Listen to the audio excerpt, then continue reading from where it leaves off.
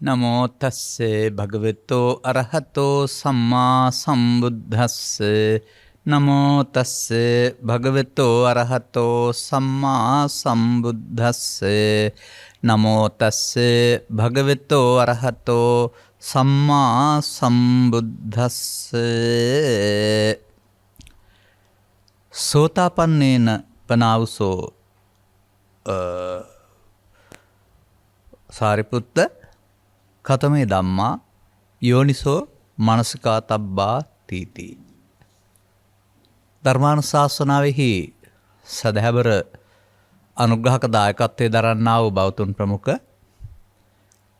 මෙම මොහොත අපට සවන් දීම සඳහා ඉඩකඩ වෙන් කරගත්තා වූ ධර්ම ශ්‍රවණාබිලාසී සදහැබර පින්නතුනි, අනුග්‍රහක බෞතුන් විසින් අපට සෝතාපන්න වීමට අදාළ දහම් කරුණු ලිහිල්ව දේශනා කරන ලෙස ඉල්ලා සිටිමි. ඒ තමයි මාතෘකාව. ලිහිල්ව දේශනා කරන ලෙස සූත්‍ර දේශනාවක් එකක් ගන්න නැතුව සමස්ත කරුණු උපුටා දක්වමින් මේ විය නොහැක්කක් නොවිය හැක්කක් බව, ඒ සඳහා අවශ්‍ය මඟ අපි ගත යුතු බව පැහැදිලි කිරීම තමයි අරමුණ බවට පත්වෙන්නේ. සෝත කියන්නේ අරෂ්ඨායක මාර්ගයට, ආපන්න කියන්නේ පැමිණෙනවට. ආර්ය අෂ්ටාංගික මාර්ගයට පැමිණීමට සෝතාපන්න වීමයි කියනු ලැබේ. ආර්ය අෂ්ටාංගික මාර්ගයේ පැරුණු පුද්ගලයා ඊට පස්සේ සසර ගමන හදනවා වෙනුවට සසර ගමන නිම කරන මාර්ගයට පටන් ගන්නවා. එහෙම නැත්නම් පටිසෝතගාමී මාවත ආරම්භ වෙන්නේ සෝවන් වීමත් සමග. එතෙක්කල් පවෝස්සේ හෝ පියෝස් පිනෝස්සේ හෝ ධානයෝස්සේ කර්ම රැස් කරමින් ගිය කර්ම මාර්ගය වෙනුවට කර්මක්ෂය කරන මාර්ගය ආරම්භ වීම සෝතාපන්න වීම කියලා කියනවා. අන්න එහෙමයි අපිට මේක සාමාන්‍යයෙන් සමස්ත ත්‍රිපිටකයේම හදාරලා තේරුම් ගැනීම තුළ අදහස් පැහැදිලි කිරීමක් වශයෙන් පැහැදිලි කරන්න ඕන. එතකොට මේ සඳහා අප තේරුම් ගත යුතු කරුණක් තිබෙනවා. අපව තේරුම් ගන්න ඕන. අප මේ ජීවත් වෙනකොට පුද්ගලයෙක් වශයෙන් කරන ක්‍රියාමාර්ගවල ඇතුළත ක්‍රියාමාර්ගයේ තේරුම් ගන්න ඕන. පිටින්නම් ඉතින් අපි අම්මා තාත්තා අක්කා නංගි අයියා මල්ලි කනවා බොනවා යනවා නිදා ගන්නවා පින් කරනවා පව් කරනවා එහෙම කියලානේ කතා කරන්නේ. ඒ සම්මුති ධර්ම. මේ සම්මුති ධර්ම සියල්ලට මුල් වෙන්නා වූ මනෝපුබ්බංගමා තියෙනවා. සිත මුල් කොටගත් ධර්මතාවයක් පවතිනවා. මේ සිත මුල් කොටගත් ධර්මතාවයේදී මේ හැම කාරණයක් තුළම සංයෝජනය වීමක්, හෙවත් සසරට බැඳීමක් සිදු වෙනවා. එතකොට සංයෝජන වීම හා සංයෝජන කැඩීමක් නෙවෙයි පෙන්නන්නේ. සසරට බැඳෙන එක, ඊට පස්සේ සංයෝජන ප්‍රහාණය. සසරට බැඳෙන බැමි කඩන්න තියෙන එක තමයි ආර්ය මාර්ගය. සසරට බැඳෙන එක පව වේවා, පින වේවා, ධාන වේවා, ඒක අනාර්ය මාර්ගය. එනිසා අපි භවගාමී ප්‍රතිපදාවේ ආභව සහ ඔබ පාරම්පරික බෞද්ධ සහ දැනට සදහවත් බෞද්ධයෝ නම් සදහම් තේරුම් ගත්තේ නැත්නම් බෞද්ධකම තුලත් භවගාමී බව තේරුම් ගන්න. එතකොට සෝතාපන්න නම් ඊට පස්සේ භවගාමී කියන්න බෑ. එතනින් එහා පැත්තට භව නිරෝධගාමී වෙන්න වෙනවා. තථාගතෝ භව නිරෝධාය ධම්මං දේශේතිනේ. තථාගත අනුශාසනාව පිළිපදනවා ඊට පස්සේ නිරෝධය පිණිස කටයුතු කරන්න වෙනවා. එතකොට මේ භවගාමී වෙන්නේ මොහොතක් පාසා අනුගමනය කරන ප්‍රතිපදාවක් තුළ පවතිනා වූ අවිද්‍යාවක් නැත්නම් මුලාවක් නිසා. නැත්නම් අපාතින් සිද්ධ වෙන වැරදීමක් නිසා. මෙන්න මේ වැරද්ද තේරුම් අරගන්න ඕන අප තුළින්. ඊට පස්සේ වැරද්ද නොකර ඉන්න පටන් ගන්න වෙනවා. ඒකයි. එහෙම නැත්නම් තවත් විදිහකින් කියනවා නම් උන වැරද්ද අයින් කරන්න වෙනවා, අලුතෙන් වැරදි නොකර ඉන්න වෙනවා. නිසා ඒක අප තුළින් තේරුම් ගන්න ඕන. සරලව පැහැදිලි කරනවා කියන එකේ තේරුම ඒකයි. අප තුළින් තේරුම් ගන්න ඕන.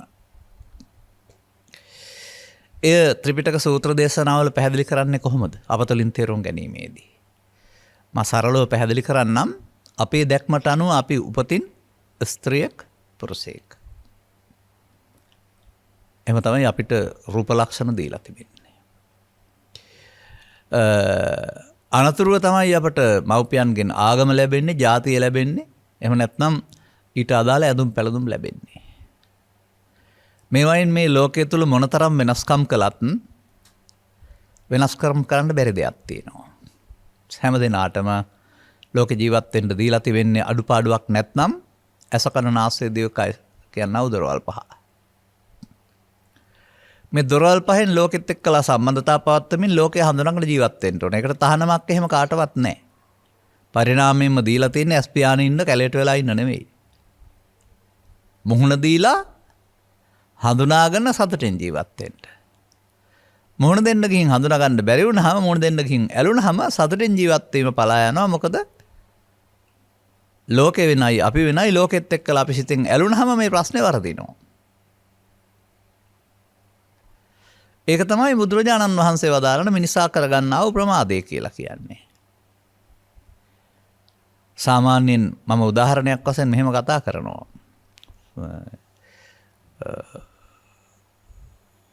ගාගන්න නැතුව යමක් කරන්න පුළුවන්. සාමාන්‍යයෙන් නොයලන දෙයක් අතට පාවිච්චි කරපුවාම ග්ලව්ස් එකක් හරි ඒක අතේ ගෑවෙන්නේ නැහැ ඊට පස්සේ. අයින් කරපුවාම අත පිරිසිදු වෙන්නේ. එහෙම නැත්නම් ගම්බද විවාහයේ තියෙනවා මේ කොස් කපනවා කියලා එකක් කොස් පොලොස්. ඔය කිරි වර්ගයක් තියෙනවා කොහොල්ලෑ කියලා. ඉතින් ඕක දන්නේ නැති කෙනා පිහිෙයි ගෙඩියෙයි ඇඟුමේ හැමතැනම ගා ගන්නවා. ඒ ගා ගන්නේ දන්නේ නැති නිසානේ. අපත අපේ අම්මලාට අපේ නංගිලා අක්කලාට දුන්නොත් එහෙම කිසි තැනක ගා ගන්න නැතුව කපන්න දන්නවා. ඔහු කොස් කිරි සහ සොකී අත අතරට ජලය එකතු කරනවා. මේ ජලය විසින් ගා ගැනීම වළක්වනවා. සුළු දෙයක් එතකොට. අර උපක්‍රමයක් හොයන්න තියෙන්නේ. අන්න බුදුරජාණන් වහන්සේ ලෝකෙ මිනිස්සුන්ට ජීවත් වෙනකොට මේ ඇලිලා ගත කරන එකෙන් දුකටපත් වෙන එක වළක්වන්නට මේ ඇලීම අතරට අර කොස්කිරි සහ අත අතරට ජලය එකතු කළා වගේ වෙන ක්‍රමයක් ලබා දෙනවා. ඒක තමයි තථාගතවරුන්ගේ සොයා ගැනීම. ලබාගත් ලෝකයේ තුල විඳවෙමින් ජීවත් වෙන එක වෙනුවට ජීවිතේ විඳින්න පුළුවන් විදියට දැක්ම වෙනස් කරලා දෙන එක. ඉතින් මේ දැක්ම වෙනස් කරන්න පෙළ සමස්ත සමාජයේ වැරදි දැක්ම අනුව බැඳෙන හැටි. දැන් මේ අපි කතා කරන්නේ සෝතාපන්න කියන එකේ තේරුම එතනින් එහාට සක්කාය නිරෝධගාමිනී ප්‍රතිපදාව. නමුත් සක්කාය සමුදයගාමී ප්‍රතිපදාවට අහු වෙලා ඉන්න බව ඒක යන බව ඉස්සෙල්ලා තේරුම් ගන්න ඕනනේ. ඒ තේරුම් ගැනීමේදී ඔබට තව ගැඹුරු දෙයක් පේන්න වෙනවා. මව්කුසින් බිහි වී ජීවිතාවසානයේ දක්වා ජීවත් වෙන කායික පුද්ගලයෙක් වශයෙන් ඔබ පෙනුනට සිතින් ඔබ මොහොතින් මොහොත උපදින් මැරෙන අරමණෙන් අරමණට ගමනක් යන ගමනක් ඔබට තියෙන්නේ. ඔබ බාහිර දැක්කට ලෝකෙ තුල ජීවත් වෙනවා කියලා බුදුන් වහන්සේ වදාරන්නේ ඔබ ජීවත් වෙන්නේ අරමුණ තුල කියලා. අරමුණ දැන් එන අරමුණ. අතීතයෙන් එන්න පුළුවන් අනාගතයෙන් එන්න පුළුවන් දැන් එන්න පුළුවන් මොකක් හරි අරමුණ තුල තමයි ජීවිතේ තියෙන්නේ. අරමුණ කියන එකේ ස්වභාවය හටගෙන අරස්සේ කාර්යය කර දෙන්නේ යන එක. එයාට වරන් දීලා නැහැ ඊට එහාට ඉන්න. දැන් ඔබ ගමනක් යන්න ගත්තාම මේ ගමන යනකොට ගමන යනවා කියන්නේ අඩියෙන් අඩිය මාරු කරනවා කියන එකනේ. එතකොට ඉන්න බෑනේ හිටියොත් යවෙන්නේ නැහැ. අඩි දෙක උඩ නතර වෙන්න ගත්තොත් ගමනක් නැහැ. ගමනක් තියෙන්නේ මාරු කරන එක. මාරු කිරීමේදී වේගෙන් දුවන්න ගත්තොත් තත්පරෙන් 10 එකක්වත් යන්නේ අර මාරු කරන්න. වේගෙන් මාරු වෙනවා. ඒකනේ මීටර් 100 තත්පර 10කින් දුවන්නේ. අන්නේ අඩිය තේලා අරගෙන මාරු වීමත් සිදු වෙනවා. එතකොටනේ ගමන තියෙන්නේ. ඒ වගේ අරමුණ ඉපදිලා බැඳිලා අවසන් වෙනවා අරටත් වඩා වේගයෙන්. අරමුණෙන් අරමුණට යනවා අපි. සසර ගමන අපි අරමුණෙන් අරමුණට යනවා. මව්කුසින් බිහි වූ තැන් පටන් හුස්ම වැටෙන තැන් පටන් ඇසෙන් කනට කනෙන් නාසයට නාසෙන් දිවට දිවෙන් කයට පිළිවෙලක් නැතුව අරමුණෙන් අරමුණට මාරු වෙනවා. ඉන් පෙර නම් මව්කුසේ සිටදී මනෝද්වාරික අරමුණ වල හිටියේ ඒක අපි දන්නේ නැහැ. අනුසාරයෙන් හිතලා කියන්න ඕන. නමුත් දැන් ලෝකේ හඳුනා ගන්නකොට ඊට පස්සේ පස් දොරට ගැටෙන කාරණා ඒවා නැතුව එන්න තව දොරක් හැදෙනවා මනෝද්වාරය කියලා. දැන් ස්ත්‍රී පුරුෂ ගිහි පැවිදි ભેදෙන්තරව සත්වයායන පංචද්වාරයේ සහ මනෝද්වාරයේ එකතුව දොරවල් 6ක ක්‍රියාකාරීත්වය. ලෝකෙත් එක්කලා සම්බන්ධතාව පවත්වන දොරවල් 5 උදව් වෙනවා. ඒව නැතුවම ඒවා ආපහු අරගෙන විඳින්න හෝ විඳවන්න මනෝද්වාරය උදව් වෙනවා. මෙන්න මේ ඇස තුළ, කන තුළ, නාසය තුළ, දිව තුළ, කය තුළ අරමුණක් තුළ සිදුවෙන දේ තුළ තමයි සසරට බැඳෙන්නේ සහ සසරෙන් මිදෙන්න ඕනේ. ඒක තේරුම් ගන්න නැතුව මොනවා කළත් හරියන්නේ නැහැ. සරලව පැහැදිලි කරන්නකෝ මේකයි මට කියන්න තියෙන්නේ. ඒ අපි තුළ සංයෝජනය වෙන හැටි අපි බුදුන් වහන්සේ වදාළ පරිදි තේරුම් අරගෙන ඉගෙන ගන්න ඕන. එහෙම නැතුව සංයෝජනය කියන්නේ සක්කාය දිට්ඨිය කියලා පාඩම් කරගෙන ලීවට කිව්වට එහෙම අපිට කවදාවත් ඒක තේරෙන්නේ නැහැ. සංයෝජනය කියන්නේ සතරට බැඳෙනවා කියලා කිව්වට ඒක තේරෙන්නේ නැහැ. බැඳෙන හැටි තේරෙන්න ඕන. බැඳෙන හැටි තේරෙනකොට සංයෝජනය එහෙනම් නොබැඳී ඉන්න එකනේ කඩනවා කියන්නේ. අර බැඳෙන මාර්ගයට තමයි කියන්නේ අනුසෝතගාමී කියලා. කෙනෙකුට පවෙන් බැඳෙන්න පුළුවන්. තව කෙනෙකුට පවට වඩා ඉහළ හොඳයි පින කියලා පිනෙන් බැඳෙන්න පුළුවන්. තවත් කෙනෙකුට පිනටත් වඩා ධානය හොඳයි කියලා දානෙනුත් බැඳෙන්න පුළුවන්. බුදුන් වහන්සේ පහළ වෙන්න පෙර හිටියා වූ දාන සීල භාවනා කරපු අය කවුද සංයෝජන කැඩුවේ කියලා මට කියන්න. ගෙදර හිටිය අය කැඩුවද? වනාන්තරේ හිටිය අය කැඩුවද? නෑ. ඔවුන් සංයෝජන ප්‍රහාණය නොකර සංයෝජන යටපත් කරන ගිය පාරකින් මුල පහ යට කරලා අග පහෙන් හතරකට බැඳුනා. කැඩුවේ නෑනේ කවුරුත්. සංයෝජන කඩනම આવත බුදුන් වහන්සේ සොයාගත්තේ. උන්වහන්සේ තමයි පළවෙනි සංයෝජන කැඩුවේ. ඊළඟ විනාශ කරේ 10 පිළිබඳව 10ම කඩන්න කෙසේ වෙතත් තම තමන්ට බැඳිලා තියෙන දේවල් බැඳෙන ආකාරය සහ කැඩෙන ආකාරයේ පළමුවෙන්ම කැඩුව පුද්ගලයා බුදුන් වහන්සේ. එහෙනම් ඉන් පෙර ආර්ය මාර්ගයක් තිබිලා නෑනේ. දාන සීල භාවනා නම් තිබිලා තියෙනවා. නමුත් ඒවා හොරපාර. මාර්ගඵල පිළිවින් නිවන් ලැබීම වෙනුවට ඒවා යට කරගෙන ගිහින් සමාධි නිමනට හා සමාන සමාධි සෝයක් විඳින හොරපාර. නිවීම හා සමාන සෝයක් පවතිනවා. නමුත් ආයතනයක්. ආයතනයක් බැවින් එක පිරිහෙනවා. සමාධි සෝය ඉවර වෙනවා. එදාට පුනර්භවයට එන්න වෙනවා. මොනවා නිසාද? හොරපාරෙන් ගිය නිසා සහ සංයෝජන යටකොට විනා කඩා නැති නිසා. අදත් මේ හොරපාර යන අය හුඟක් ඉන්නවා බෞද්ධ කියන නමින්, බෞද්ධ කියන සිවුරෙන්, බෞද්ධ කියන සුදු ඇඳුමෙන්. මොකද කරන්නේ? තමන්ම දන්නේ නැහනේ. තේරුම් ගත්ත දවසට දැනගනීවි. අනේ නිසා ඔබට මේ ත්‍රිපිටකයේ සඳහන් සූත්‍ර දේශනාවල ඉගැන්වීම් බෙහෙවින් වැදගත් වෙනවා. පසුගිය දවසක මම අදහසක් ඉදිරිපත් කළා සූත්‍ර දේශනාව තියෙන දෙයක්. එතා යුද්ධයට යන්න ඉස්සෙල්ලා හොඳින් සවන් දීලා තේරුම් ගන්නවායි කියලා. ඔබත් මේ ක්ලේශ ප්‍රහීන කිරීමේ සටනට අවතීර්ණ වෙන්න පෙර ඔබ අතින් වෙමින් පවතින දේ සහ වෙන්න ඕන දේ තේරුම් ගන්න වෙනවා. එහෙනම් සතර සෝතාපට්ටි අංග කියලා තියෙන වෙනම සූත්‍රයක්.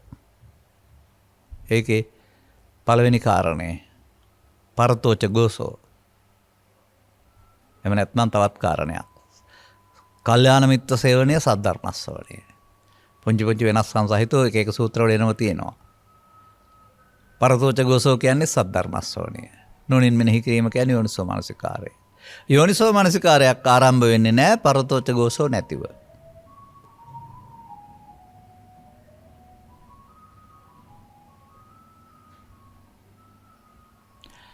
එබැවින් ඔබ පිළිබඳව කරන්නා වූ විශ්ලේෂණය මේ දහම් පෙළවල් වල පවතින ත්‍රිපිටකයේ. ඒ පෙළ දහමෙන් ඔබව විශ්ලේෂණය කරගන්න. එතකොට ඔබට තේරෙනවා ඔබ තුළ සංයෝජනය වෙන හැටි. ඒ කියන්නේ ඔබ භවගාමී වෙන හැටි සහ සසරට බැඳෙන හැටි. සෝතගාමී වෙන හැටි. අනුසෝතගාමී වෙන හැටි. ඒක හදන පාර වෙනුවට කඩන පාරට වැටෙන එකනේ සෝතාපන්න වෙනවා කියන්නේ. මේ සසර හැදෙන්නේ කොහොමද? අරමුණු රසය විඳින්නට යාමෙන්, අරමුණු සමග ඇලීමෙන් මුලාවෙන්, ගැටීමෙන් මුලාවෙන් ඒවා අවසන් කරන්න බැරි වෙනවා. අන ලෝකයා කාමයේ විඳිනවා කියලා කතා කරන දේ සම්බන්ධයෙන් තථාගතයන් වහන්සේ වදාන්නේ අරමුණු රසය විඳිනවා. ඇස කන නාසය දිවකය කියලා දොරවල් පහක් පවතිනවා. මේ ඇහැ හෝ කන හෝ නාසය අරමුණු ගන්නෙ නැහැ. අරමුණු ගැනීමේ හැකියාව වෙනස් වෙනවා ඇසට රූපේ කනට ශබ්දය ආදී වශයෙන්. මේ දොරවල් පහට සිත පිහිටනවා. ඒ පිහිටන සිතට චක්කු විඥානය, සෝත විඥානය, ගාන විඥානය, જીවහා විඥානය, කාය විඥානය, මනෝ විඥානය කියලා කියනවා. සිතට එන අරමුණු රසය සිත විඳිනවා. ඔබ විඳිනවත් නෙමෙයි, ඇස විඳිනවත් නෙමෙයි. අන්න මේ අරමුණක් රසය විඳින ආකාරය අරමුණ තුළ තේරුම් ගත්තාම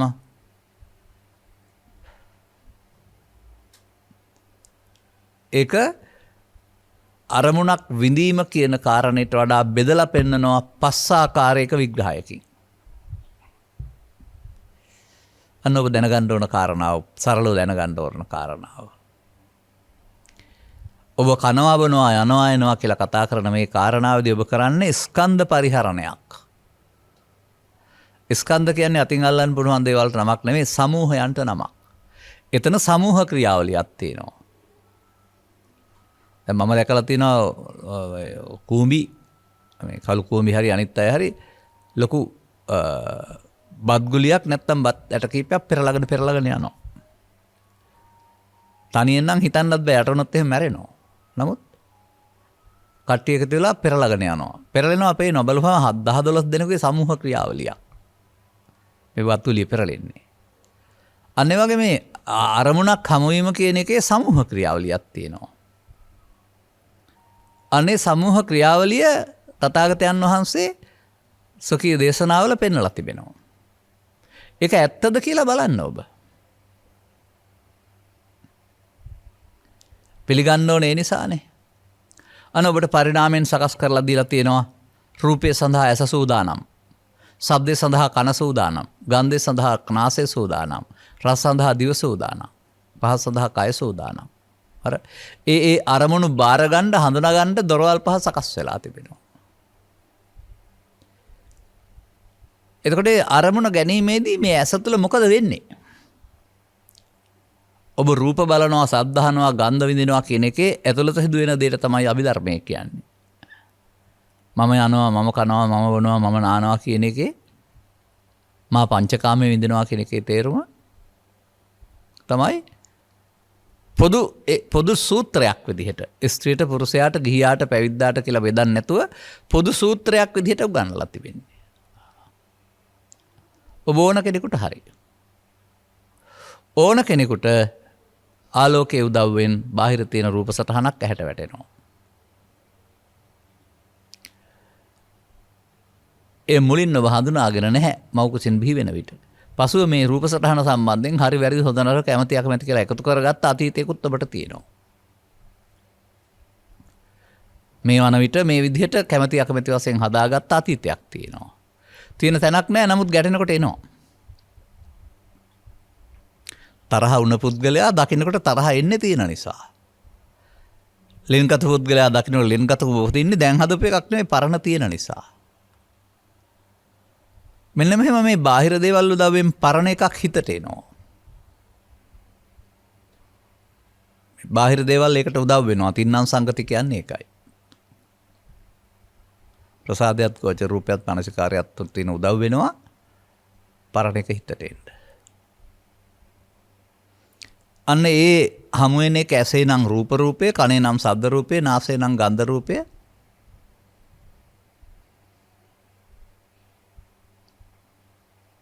විඳීම ඔබට අයිති දෙයක්. බාහිර ලෝකෙ නෙවෙයි තියෙන්නේ. බාහිර තියෙන ඕනෑම දෙයක් ඔබට මිතුරෙක් නම් මිතුරෙක්, ඒක තව කෙනෙකුට හතුරෙක් නම් හතුරෙක්. මිතුරා නම් ඔහුට සැප වේදනාව, හතුරා නම් ඔහුට දුක් වේදනාව. ඒ සැප වේදනාව, දුක් වේදනාව පුද්ගලයාගෙනත් දුන්නේ නැහැ. රෝබේ ඇතුළතින් හදාගත්ත එකකින් එන්නේ. මෙන්න මේ විදිහට ඔබේ ඇසේ හමු වෙන රූපය ඔබ හතුරා හෝ මිතුරා වශයෙන් විඳිනවා. එතකොට අර රූපයට රූපස්කන්ධය කියනවා, විඳිනවට වේදනාස්කන්ධය කියනවා. ඒ වගේ මේක හතුරු මිතුරු වශයෙන් හඳුනන්න ඕනේ. නැත්නම් ඇහි නම් රූප සංඥා, කනේ නම් ශබ්ද සංඥා වශයෙන් හඳුනන්න වෙනවා. ඒකට පහළ වෙන චෛතසිකයට සංඥා චෛතසිකේ නැත්නම් සංඥා ස්කන්ධය කියනවා. ඔබ එකතු කරගත්ත පරිදි එතෙන්ට අදාළ ඇලීම් ගැටීම් එකතු වෙනවා. ඒකට සංකාර ස්කන්ධය කියනවා. තරහ නම් තරහ එකතු වෙනවා, බය නම් බය එකතු වෙනවා, වෛරය නම් වෛරය එකතු වෙනවා, ඇලීම නම් ඇලීම එකතු වෙනවා. ඔක්කොම සංකාර. චේතනා. දැන් මේ රූප වේදනා සංඥා සංකාර හතර කර්තව්‍ය හතරක් කළා.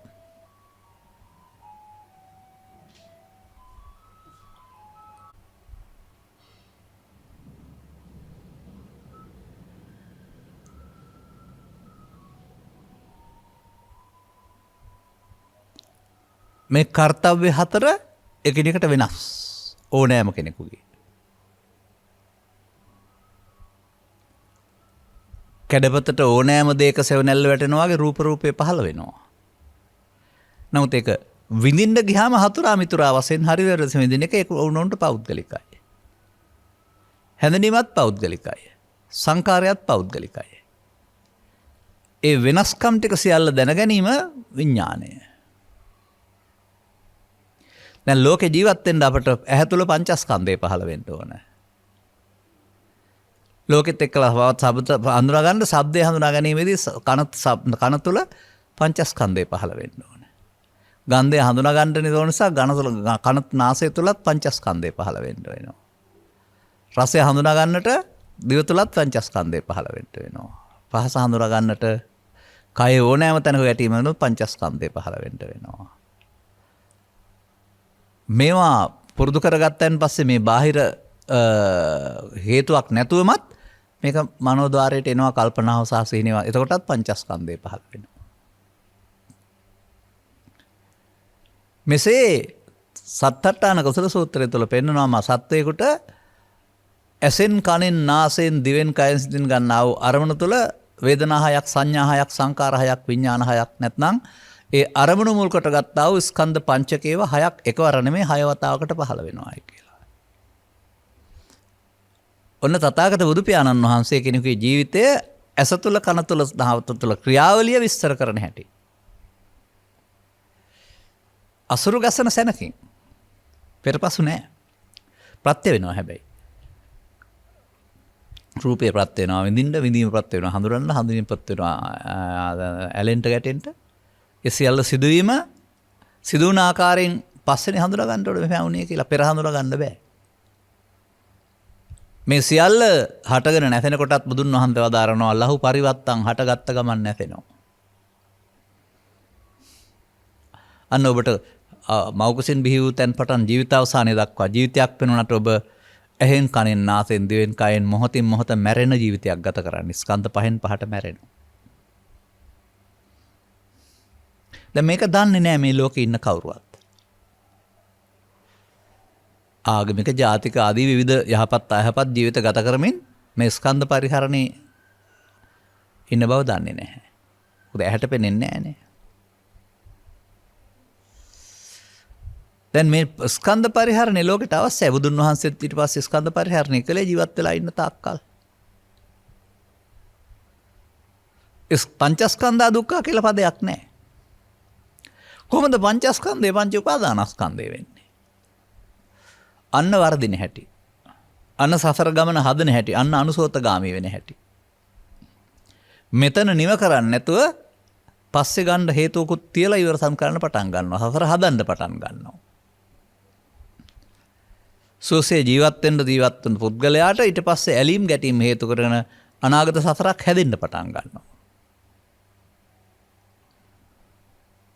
ඉතින් ලෝකෙට ඕකට මාර්ගෝපදේශකත්වය තියෙනවා. පවෙන් සතර හදන්න එපා, දුක් සහගතයි. පිනෙන් සතර හදන්න සැපයි, ධානයෙන් සතර හදන්න. සතර හදන හැකේ හොඳ පැත්ත කියලා දෙන්න ආගම් තියෙනවා, දේශකයොත් ඉන්නවා. අපි උපන් බෞද්ධකමේ අපේ බෞද්ධ සමාජය තුලත් සසර හදන්න කියලා දෙන බුද්ධ ආගමක් තමයි තිබුණේ. ඒ කියන්නේ සංයෝජනයන්ට බැඳී සසර ඇවිදින පාර කියලා දෙන්න දන්නව ඇරුණාම සංයෝජන ප්‍රහාණය හීනයක් පමණයි. ලියන කියන කතාවක් පමණයි. අනුගමන ප්‍රතිපදාවක් නැහැ. නමුත් සසර හැදෙන එක ඉගෙන ගන්න ඕනේ. ඒකට තමයි බුදුන් වහන්සේ ප්‍රමාදය කියලා වදාළේ. ප්‍රමාදයේ තේරුම් ගත්තාමනේ ඒක නොකර ඉන්න එකටනේ අප්‍රමාදය කියන්නේ. දැන් එතකොට මේ අසුරු ගසන සැනකින් ඇහි හෝ කනේ හෝ නාසයේ හෝ මේ රූප වේදනා සංඥා සංකාර පහළ වුණාම ස්වයංක්‍රීයව නැතෙන්ට පෙර ඔබ ඒවත් සමග ඇති කරගන්නා වූ ඇලීම මුලාව ගැටීම මුලාව නිසා අන්න අර එකතු වීම කියන්නේ ඒකයි. අල්ලා ගැනීම කියන්නේ ඒකයි. ඔබ හිතන්නේ මේ බාහිර දේවල් ආශ්‍රයෙන් සිතේ පහළ වෙන අරමුණක් විඳිනවා කියලා නෙමෙයි. බාහිර දේවල්ම විඳිනවා. දැන් බාහිර දේවල් වල සැප තියෙනවා. ඒ නිසා අපි ඒවත් එක අල්ලා ගන්න ඕන කියලා පංචකාමයේ විඳිනවා කියන්නේ ඒකටයි. නැවත නැවතත් ඒවා විඳින්න සොයා යන්න. නැවත නැවතත් ඒවා උපදවාගෙන විඳින්න ඔබ කැමති වෙනවා.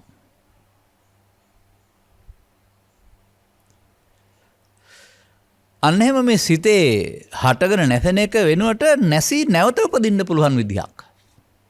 අද අල්ලාගත්ත දේ හෙට නැවත උපදිනවා. අනිද්දා නැවත උපදිනවා. ජීවිතෙන් එහා පැත්තේ නැවත උපදිනවා නෙමෙයි.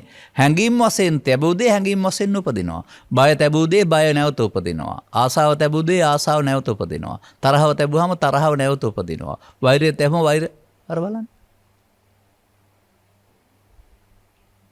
අද වුණ තරහක් හෙට වෙනකොට තැබූ නිසා නේද හෙට තරහ එන්නේ. තැබූ එකක් නේද එන්නේ. මෙන්න මෙසේ මේ අරමුණු රසයේ විඳින අතරතුර චිත්තාභ්‍යන්තරයට තබන්නේ කොහොමද? තැබුවේ නැත්නම් කොහොමද යලි උපදින්නේ? තවන නිසානේ යලි උපදින්නේ. එතකොට ඔබ යලි උපදින්නට තබන නිසා ඔබට යලි උපදීම සිද්ධ වෙනවා. හොඳයි යලි උපදින්නට තබන්නේ නැත්නම් යලි උපදීමත් නැති කරන්න පුළුවන් නේ. අන්න එහෙම ඔබේ ඇස තුල කන තුල නාසය තුල සිදුවෙන දේ පිළිබඳව විශ්ලේෂණයක් මේකේ තියෙන්නේ.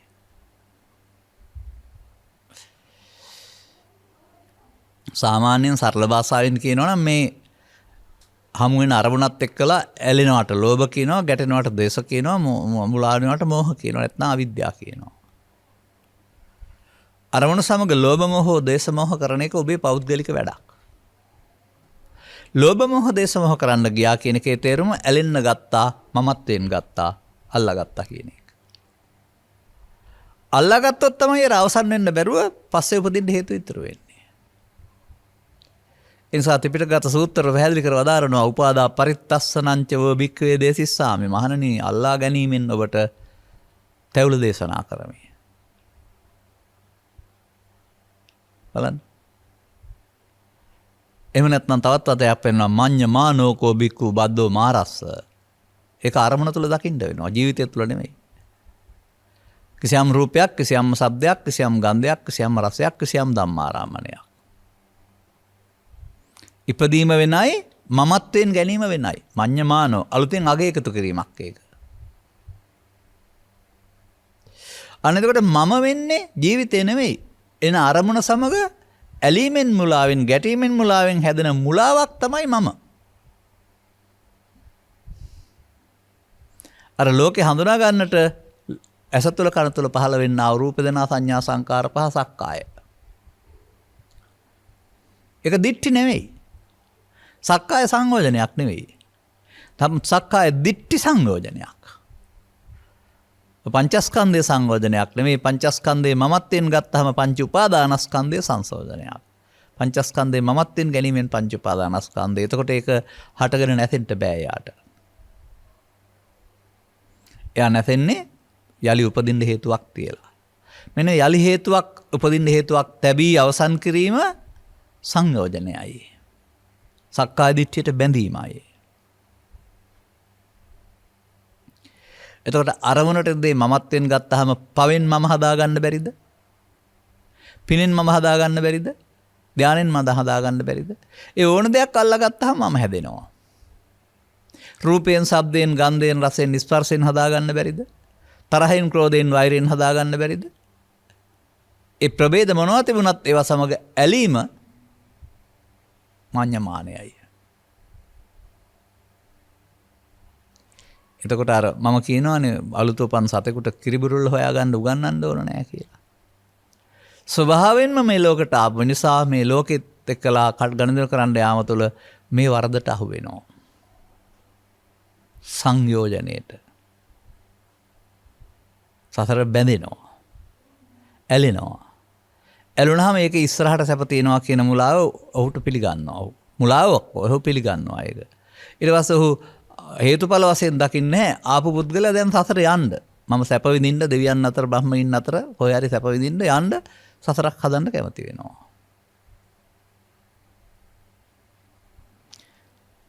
සසරක් තිබෙනවා නෙමෙයි සසරක් හදනවා. හදාගා පැත්තට අත්ත පැත්තට යනවා.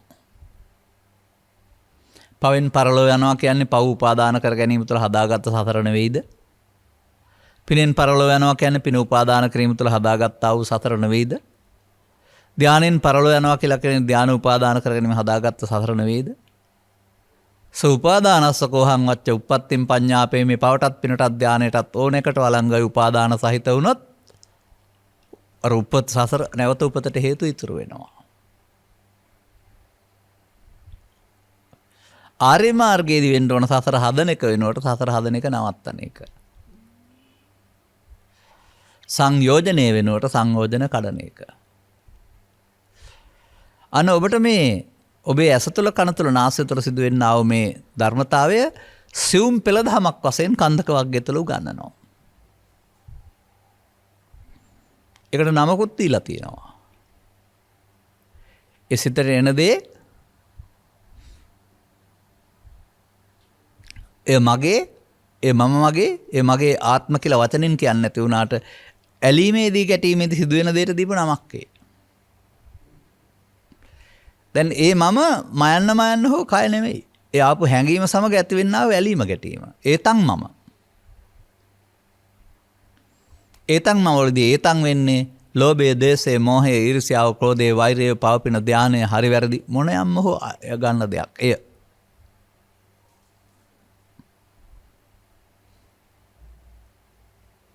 අනේ හටගන්න අරමුණට හඳුනාගෙන නැසෙන්න නොදී ඒකට අදාළ අගයක් එකතු කරමින් මමත්වෙන් ගැනීම මඤ්ඤමානයයි. ඒ පංච උපාදානස්කන්ධයක් බවට පත් වී යලි හටගන්න හේතුවක් චිත්තාභ්‍යන්තරය ගතකොට නැසීම බද්දෝ මාරස්සයි. ඒකට හේතු ඉතුරු වෙන්නේ පංච උපාදානස්කන්ධේ. දැන් බුදුරජාණන් වහන්සේ නෑදෑකම් පවත්වා දාන වැළඳුවා සියලු කටයුතු කළා. ඒක ක්‍රියාසිට පමණයි. ඒ අනාගත ඵල උපදින්න හේතු ඉතුරු වෙන්නේ නැති විදිහට පරිහරණය කරනවා. සුද්ධ වූ ස්කන්ධ පාවිච්චි කරනවා කියලා කියනවා. පෘථග්ජන පුද්ගලයා පාවිච්චි කරන්නේ අසුද්ධ වූ ස්කන්ධ. එනිසා හැම තබන හැම මොහොත් පියවරක් පාසාම පව් රැස් කරන්නෙක්, පින් රැස් කරන්නෙක්, ධාන වැඩි උද්‍යාන කුසල රැස් කරන්නෙක් වශයෙන් සසර හදන්නෙක් වෙලා. සසර හදලා නිවන් දකින්න උගන්වන බුද්ධ ආගමත් රටේ තියෙනවා. පින් රැස් කරලා ඒක විපාක වශයෙන් දිව්‍ය ලෝකෙකින් අනාගත බුදුහාඳුරුව ආපුවාම සසර කඩන හැටි කියලා දේ එදාට කඩන්න. එතකල් මේ අනේ මං කැඩෙන්නේ හැදෙන එකයි වෙන්නේ. ඇයි එහෙම උනේ? මේ සදහම් විවෘත නොවීමෙන් පැහැදිලි කරන්න නොහැකීම තුළින් බැඳෙන හැටි සහ ගැලවෙන හැටි කියලා දෙන්න බැරුවම ආර්ය මාර්ගය වැසී යනවා. දැන් අනාර්ය මාර්ගය තුළ හොඳ එකයි නරක එකයි තියෙනවා. බුදුන් පහළ වුණත් පාපකාරී මිනිසුන් 100ක් සමාජේ නැති උනේ නැහැ. බුදුන් පහළ වුණු සමාජයේ වෙනත් ආගම් වලත් පුණ්‍ය මාර්ගයෙන් සතර හොඳ කරගන්න අය හිටිය අදත් ඉන්නවා. පාප මාර්ගයට වඩා පුණ්‍ය මාර්ගය හොඳ බැවින් ඒක බැහැර කරන්නත් බෑ. අනිත් එක පෘථග්ජනයා සඳහා උරුමේ ඒ බැවින් ඒ අපට ශූන්‍ය කරන්න බෑ. නමුත් ආර්ය මාර්ගය,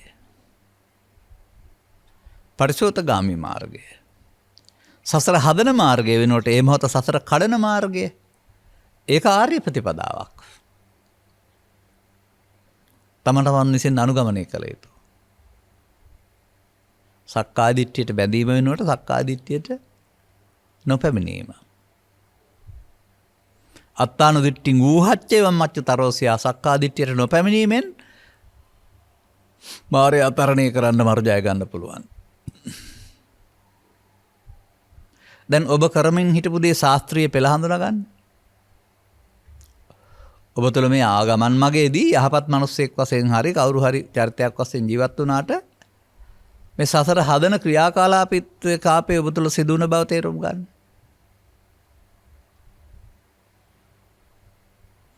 ඇස තුළ කන තුළ නාසය තුළ අරමුණක් රස විඳින්නට යාමේදී මේ සිද්ධිය සිදු වෙනවා. අනේ අරමුණ තුළ අරමුණු සක්කාය දිට්ඨිය බැඳෙනවනේ කියලා කියන්නේ. එහෙම සසරට අහුවීම ප්‍රමාදයයි. පමාදෝ මච්චුනෝ පදං.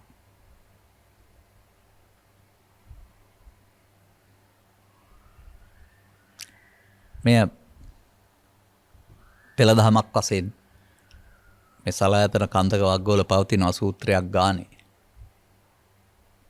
අපත් අපේ දේශනාවල කලක් තිස්සේ මේ පෙළදහම මේකයි පෙළ මේකයි ප්‍රමාද පෙළ කියලා පාලිය පෙන්නමින් සිදුවෙන ආකාරය පෙන්නනවා.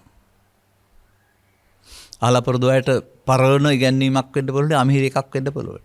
නමුත් සරලව පැහැදිලි කරන්න කිව්වහම මෙන්න මේ පමාද විහරණය ඔබ ඇස තුළ කාන තුළ නාසය තුළ සිදුවෙන හැටි ශාස්ත්‍රීයව හදාරන්න. තරහෙන් තියෙනවා, බයෙන් තියෙනවා, නැත්තම් පස්සේ ගන්න තියෙනවා කිව්වහම ඒක ශාස්ත්‍රීය පෙළක් නෙමෙයි. නමුත් තිබූ දේ නැවත උපදිනවා. අද තරහ වුණාම හෙට උපදිනවා. අද පරිගන්න හිතුවාම හෙට දකින්නකොට උපදිනවා. අද අප්‍රසන්න වුණාම හෙට ණයට අඳවල උපදිනවා. අර තියු දේ නැවත උපදිනවා. ඔබට නැවත උපද නවත්තන්න ඕන නම් මොකද කරන්න ඕන? තියලා නැවත උපද නවත්තන්න බෑනේ. ලැබුවොත් නැවත උපදිනවා. නැවත උපද නවත්තන්න තබන එක නවත්තන්න ඕනනේ. තේරෙනවද එහෙම?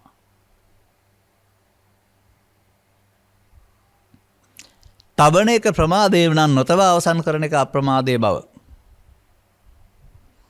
තේරුම් ගන්න තරම් ඔබේ නුවණ සියුම් කරගන්න වෙනවා.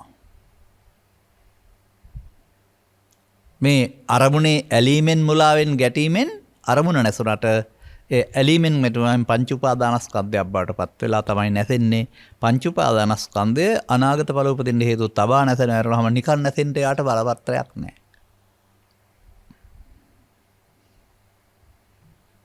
එනිසා ඔබ ලෝකේ ජීවත් වෙන්න ගිහින් ඇලීමෙන් ගැටීමෙන් නැසීමෙන් නැසෙන අරමුණු වල ඇලෙන්න ගැටෙන්න ගියාපුවම ඔබට තව එහාට සසරක් හැදෙනවා. ඉතින් මේ සසර ගමන නිව කරන්න සසර ගමන හේතු තැවෙන එක නතර කරන එක වර්තමානයේ කරන්න තිබියදී සසර ගමන හදන්න හේතු උගන්වපම එක කොහොමද බුදු සමය වෙන්නේ? මේ ශාස්ත්‍රීය පෙළ පිළිබඳ අවබෝධයක් නැති සහ පටිසෝතගාමී වීමේ අවශ්‍යතාවයක් නැති සහ මේකත් තේරෙන්නේ නැති අය. ඒකනේ මම සමහර වෙලාවට කියන්නේ අපේ රටේ බොහෝ දෙනාට පින් කරනවෙන් එහාට බුද්ධහමක් නැහැ කියලා.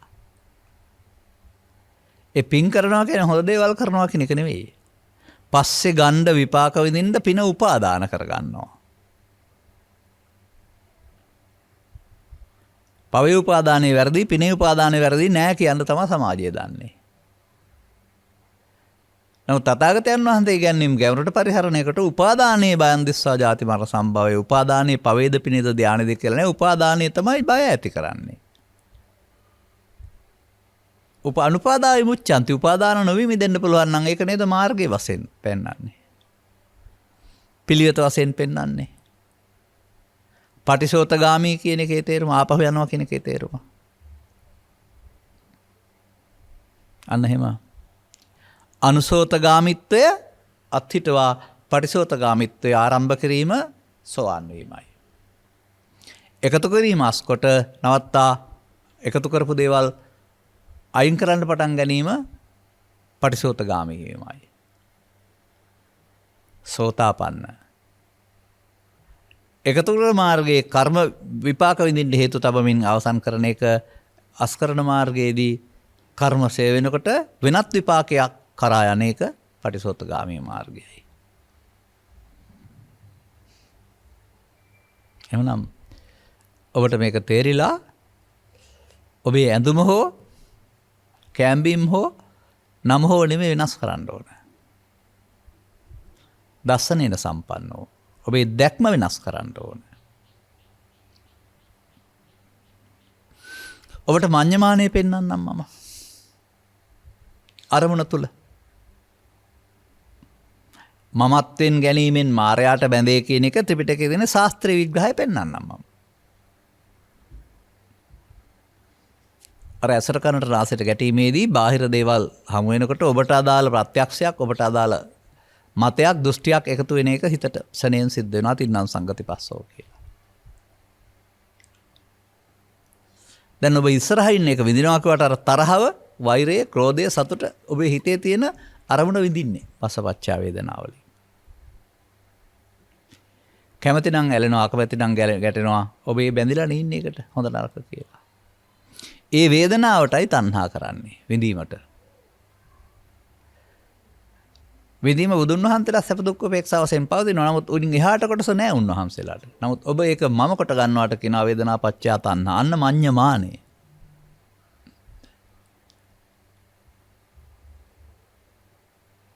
තණ්හා වුණාම අර සසරට බැඳෙන්න හේතු වෙන වැරද්ද හේවත් උපාදාන නම් වූ කියන කොටසටත් අයිති වෙනවා. උපාදාන වුණොත් යලිහට ගන්නට අවශ්‍ය හේතුවක් චිත්තාභ්‍යන්තරගත වීම නම් වූ භව කියන වැරද්ද සිද්ධ වෙනවා. මෙන්න මෙහෙම පස්සපච්චා වේදනා, වේදනාපච්චා තණ්හා, තණ්හාපච්චා උපාදාන, උපාදානපච්චා භව. ඒකේ තණ්හා උපාදාන භව කියන තුනට කියනවා අවිද්‍යා සංකාර කියලා. පස්ස වේදනාව වලට ඒක කියන්නේ. මෙන්න මෙහෙම ඔබ තුළ අවිද්‍යා පත්‍යා සංඛාරා තිබෙන්නේ ඇස් තුළ, කල තුළ, නාසය තුළ අරමුණේ මුලා වීමෙන්.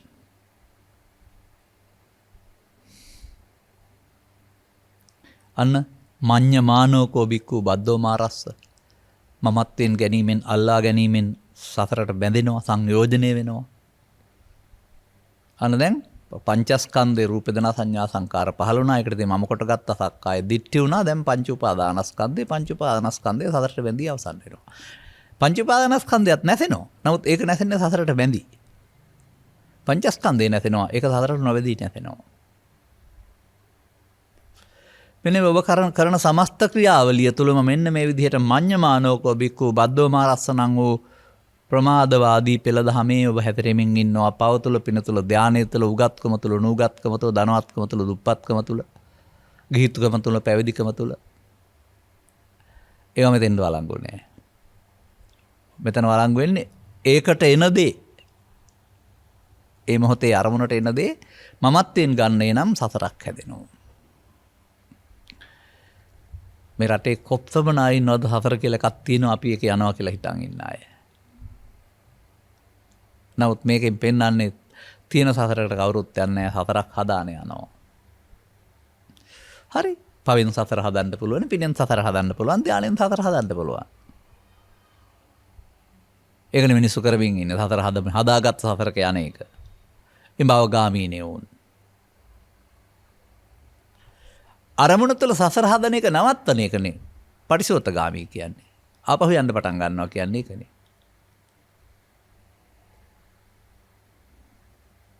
අන්න දැන් මේ මෝඩකම කරන්න මේ ගුරුහරුකම් ඕන නැහැ. සිහියක් ඕනෙත් නැහැ. අහු වුණ ගමන් එකතු වුණා. ලෝභයෙන් බැඳුණා, ද්වේෂයෙන් බැඳුණා, මෝහෙන් බැඳුණා, හැදුවා හතර. දැන් අල්ලා නොගැනීමෙන් නොතැවුල අමඤ්ඤමානෝ මුත්තෝ පාපිමතෝ. ඔබ මේක ප්‍රායෝගික කරගන්නේ කොහොමද? අල්ලා ගැනීම වෙනුවට අල්ලා ඒ මොහොත අල්ලා නොගන්නේ කොහොමද? මඤ්ඤමානය වෙනුවට අමඤ්ඤමානය මොකද්ද? අන්න මේ හදාගත්ත දේවල් හිතට එනවට තව නමක් වෙනම වෙනවා සූත්‍රයේ. ලෝභේනවට උප්පන්නං කාම විතක්කං කියනවා, ද්වේෂේනකට උප්පන්නං ව්‍යාපාද විතක්කං කියනවා, අවිද්‍යාව වෙනවට උප්පන්නං විහිංසා විතක්කං කියනවා. මේ තබාගත්ත මෝඩකම තුනක් මගින් තමයි එළියට එන්නේ. තුනකින් එකක් මගින් එළියට එන්න ඇස කන නාසය දිවකය කියන පහට අරමුණු හමු වීම උදව් වෙනවා. තුනෙන් එකක් මගින් එළියට එන්නට ඉඳගෙන සිටගෙන ඇවිදිමින් දිගා වෙලා ඉන්න හතර ඉරියව්වේදී උදව් වෙනවා.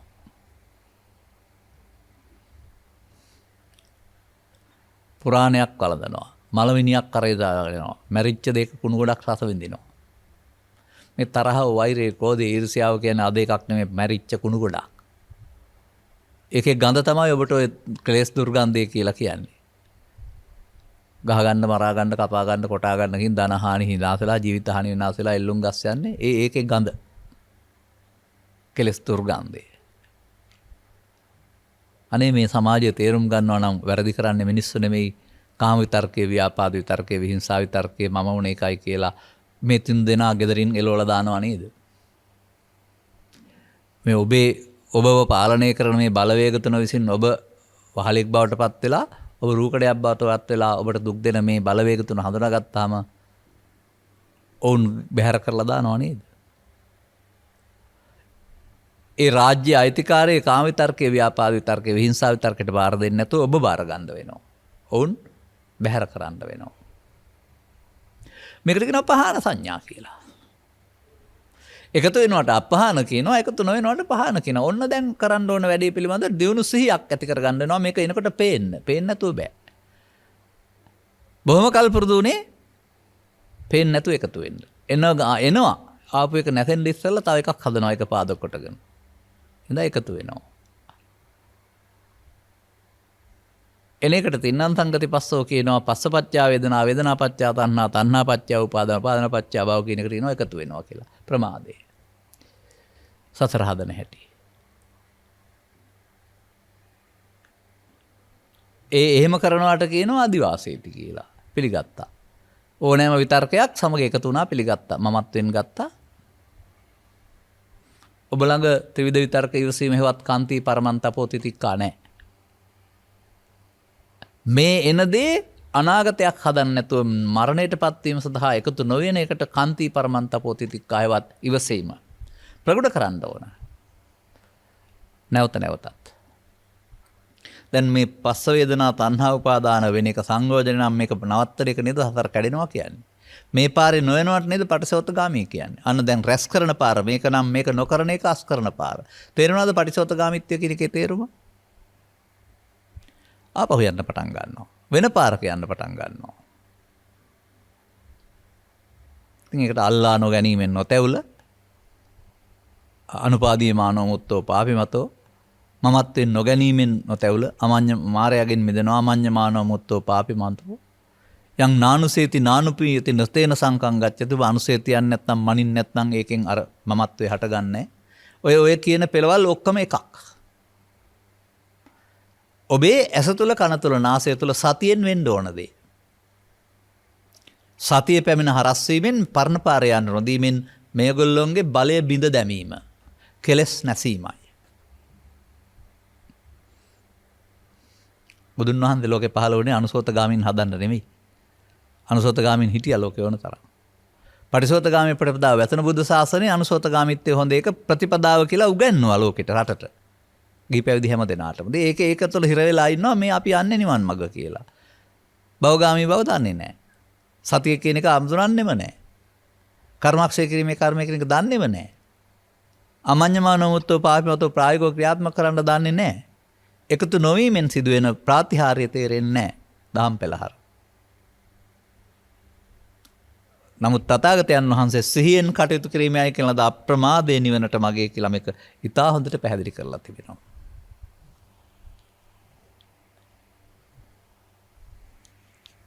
අන්න අර තිත්තං චරණ නිසින්නෝවා සායනෝවා තිත්තන්තේ නිසින්නේ විවිධ ඉරියව් වලින් පෙන්වන්නේ සතර ඉරියව්වේදී පස්දොරේදී ඔන්න මේ පරණ මායයට ඇවිදින් මේ වීතේ වනසන්න දෙන්නේ නැතුව එයාට මේකට ඇතුළත් වෙන්න දෙන්නේ නැතුව ආපු පාරෙන් පිටින්ම යන්න. එනවා තමයි. නමුත් එකතු වෙන්න දෙන්නේ නැතුව ආවනම් යන්න. අන්න මම අර ගත්ත පදේ මුලින් තියෙනවා ඕක. ඉමේ පංච උපාදානස්කන්ධේ අනිච්චතෝ දුක්ඛතෝ අනාත්තතෝ යෝනිසෝ මනසිකරන්තෝ සෝතාපට්ටි පලං සච්චි කරෙය්‍යාති. සෝවාන් හැටි මගෙන් අහන්නේ නේ. මේ පංච උපාදානස්කන්ධයට එකතු නොවෙන්න පටන් ගත්තොත් සෝවාන් වෙනවා. අනිච්චතෝ දුක්ඛතෝ අනාත්තතෝ යෝනිසෝ මනසිකරන්තෝ. අනිත්‍යයි දුකයි අනාත්මයි කියලා කෙස්ලොම් නිදත් අනිත්‍යයි කිය ඉන්නව නෙමෙයි. අනිත්‍යයි දුකයි අනාත්මයි කියලා හිත හිතා ඉන්නව නෙමෙයි. උපදින දෙයට එකතු වීම නිත්‍ය සුඛ ආත්ම කොට ගැනීම වශයෙන් බලන්න. උපදින දෙයට එකතු නොවීම අනිත් දුක්ඛ අනාත්ම වශයෙන් බලන්න. අමඤ්ඤමානය. දැන් ආපහු යන්නයි පටන් ගන්නෙ. දැන් වර්තමානයේ විඳ අනාගතයේ හේතු තැබීම නතර කරන්න පුළුවන්. දැන් අතීතයෙන් එනවා ඒකට කියන උපන්න කුසල් කියලා. නමුත් එකතු නොවෙනවා නම් උපන්න කුසල් දුරු වෙන්න ඕන. එකතු වුණොත් නූපන්න කුසල් උපදිනවා. එකතුනේ නැත්නම් උපන්න කුසල් දුරු වෙනවා, නූපන්න කුසල් නූපදිනවා. එතකොට නූපන් කුසලුත් උපදිනවා. උපන් කුසලුත් වැඩි දියුණු වෙනවා. ඒකට කියනවා සෝවාන් ආදී මාර්ගඵල වලින් නිවන සාක්ෂාත් වෙනවා. ඒකට තමයි ඔය නූපන්න කුසල් ඉපදීම සහ උපන්න කුසල් වැඩි දියුණු වීම කියලා කියන්නේ. කුසල් කියන්නේ කුසලතා පිං නෙමෙයි මෙතන. අකුසලෙන් වෙන්නීමනේ කුසලය. දැන් රැස් කරන්න අනුසෝතගාමී ස්ත්‍රීද පුරුෂද ගිහිද පැවිදිද කතාවක් නැහැ. ඇඳුම සිවුරද සුදු ඇඳුමද ප්‍රශ්නයක් නැහැ. ඇඳුමෙන් සිල්මෑණිද උපාසික මේ භික්ෂුණීද ඒ ප්‍රශ්නකුත් නැහැ. ඕන එකකින්. අන්න එහෙමයි නිර්භව ඉස්සරහට යන්න පුළුවන්. කාගේවත් ඔය බාධක මොකක්වත් වැදගත් වෙන්නේ නැහැ. ඒක ඕන නම් නීත්‍යානුකූල මට්ටමට තියෙන එකත් අපි පිළිගන්නවා. තව එකක් හදා ගන්න නැත්නම් නීත්‍යානුකූල එක ඉඩ දෙන්න. ඔයෙන් වහන්න බෑ මේක. බමුණු සමාජයේ තිබුණා වූ කාන්තාවන්ට කුස්සියට දක්වන බමුණු මතවාදය බුදු සසුන තුළ තියෙන්න ඕන නැහැ. මේක ස්කන්ධ පංචකයේ අනාත්මය මුල් කරගෙන සමතෙන් දුන්නා වූ සසුනක්. තේරුම් ගත්තාම ඒ බමුණන්ගේ තිබිච්ච සමාජයේ හනමිටි අදහස් තමයි අපේ සසන තුලත් පවතින්නේ. ඔය මොනවාන්වත් වළක්වන්න බෑ සද්ධර්මය හම්බ වුණාම. බාහිර දෙන දේවල් දුන්නත් එකයි නැතත් එකයි. පදවි හරි තානාන්තර හරි උපසම්පදා හොවා දුන්නත් එකයි නැතත් එකයි. අධ්‍යාත්මයේ ලැබෙන එක නවත්තන්න මේ කාටවත් බෑ. එහෙමයි අපි සමාජයේ දිරිමත් කරන්නේ. එහෙමයි අපි සමාජයේ භික්ෂු භික්ෂුණී උපාසක සිව්වනක් පිරිසටම සහයෝගය දෙන්නේ. ඔබට මේක තේරෙනවා නම් ඔබ මේක කරන්න. ඔය බමුණු මත වලින් අපිට වැඩක් නැහැ. ප්‍රතිඵල පෙන්වීමෙන් පරාජය කරනවම ව්‍යවස්ථා අයිති ඉල්ලන්න ගිහින් හරි අධිකරණයට ගිහින් හරි ඒවට නීති ප්‍රතිපාදන තියෙන්න පුළුවන් බැරි වෙන්න පුළුවන්. හේතු ඉදිරිපත් කරන්න පුළුවන්. ඔය බාහිර හේතු බලපාන එකක් නෙවෙයි ආධ්‍යාත්මික ගමන් මඟ. දැන් අන්න මේක තමයි බුදුන් වහන්සේ මේ මොහොතට උපදිනකොට ඒ අර කම්පංච උපාදානස්කන්ධය උපදිනවා කියන එකට තමයි uppannam කාමිතක්කං, uppannam ව්‍යාපාදිතක්කං, uppannam විහිංසාවිතක්කං කියන්නේ හට ගන්නවා. ඉතින් හට ගන්න එපා කියලා තියනවාද? හට ගන්න ඕන. හටගත් එකට එකතු වෙන එක අසිහින් කටයුතු කිරීම. දැන් හටගත් එකට එකතු නොවෙන එක සිහින් කටයුතු කිරීම.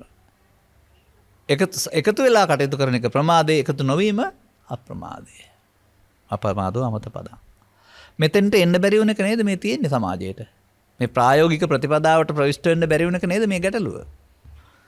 ලීලියා කියා හිටිය ඇරුණාම හැම මොහොතේම වර්තමානයේනේ මේක.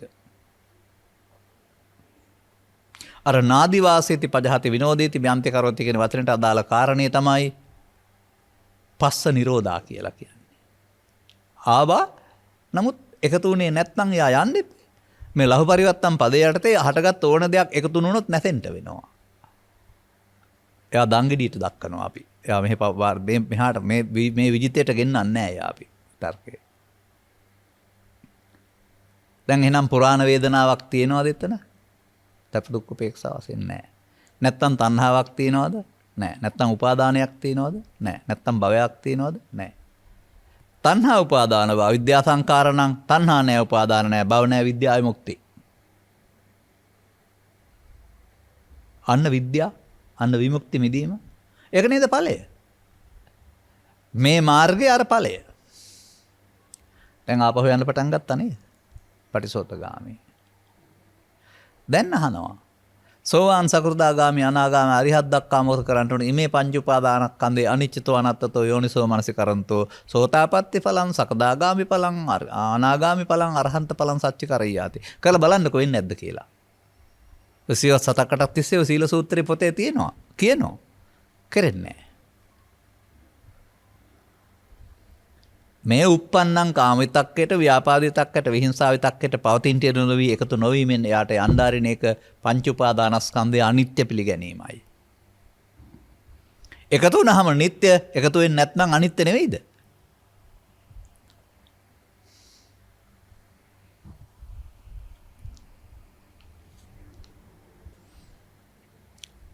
වැඩේ කරන්න පටන් ගන්න ඕනේ.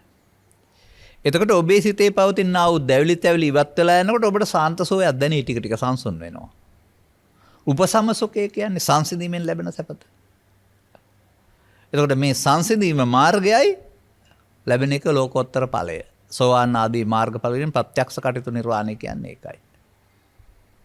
ඒ මම ඔය විහිළුවටත් කියන දෙයක් තියෙනවා අපේ රටේයි මාර්ගඵලයක් ලබන්න භාවනා කරනවා. මොකද්ද මට නම් මේ වචනේ තේරෙන්නෙත් නැහැ. භාවනා කරනවා කියන්නේ මොකද්ද? භාවනා කියන්නේ යමක් වඩනවා. දැන් මෙතන අපි ස්කන්ධ පංචකයේ අනිත්‍යකානාසයෙන් බලන එක නැවත නැවත වඩනවා. එතකොට අපි විදර්ශනා වඩන්නේ. හුස්ම වාර දිහා බලන් හිටියනම් ඒකත් වඩනවා. එතකොට ආනාපාන සති වඩනවා.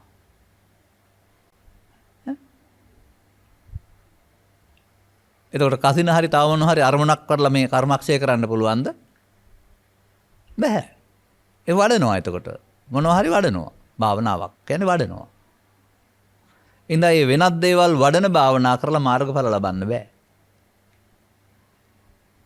නමුත් පංච උපාදානස්කන්ධ අනිත් දුක්ඛනාත් වශයෙන් මේ විදර්ශනා වඩා රහත්ත්වය කියලානේ තියෙන්නේ. එතකොට නිකලෙස් නැතෙන්නේ. වඩනවා. දැන් මාර්ගය ලෞකිකයි. මේක තු නොවීම තේරෙන දෙයක් නේ අපට. හැබැයි ඵලය ලෝකෝත්තරයි. දැන් මාර්ගඵල කියලා එකක් නැහැ. මාර්ගයට අනුතුරු ඵලෙ ඉදීමට එක්සන් මාත්‍රයක්වත් කල් නොවන බවින්. මාර්ගය ගත්තා නම් ඵලය අසංකතයි ලෝකෝත්තරයි. කරුණ තේරුම් අරගන්න ධර්ම ශ්‍රවණය කරලා. ඒක පරතෝස ගෝසේ. පටන් ගන්න වැඩි යෝනිසෝ මනසිකාරය. නැවත නැවතත් අරමුණෙන් අරමුණට මේක එකතු වෙනකොට ධම්මානුධම්ම පටිපදාව. කිසිවෙකුටත් ඔබ නවත්තන්න බෑ වැටහෙනවා නම්. ඔබේ සංසුන්නිය ඔබට දැනෙනවා ඇති. තමා විසින් ලබන අධිගමයේ තමාටම වැටහි යන බැවින්. බුදුන් ලෝ පහළ වී බුදුන් එලි කළ දහමින් වැඩ ගන්න පුද්ගලයෙක් බවට ඔබට පුළුවන් වෙනවා. ඒකට ස්ත්‍රී පුරුෂ ගිහි පැවිදි මොකක්වත් නැහැ. වයස් භේදය ටිකක් බලපාන්නේ වයසාකට යනකොට මේක තේරෙන්නේ නැති එක.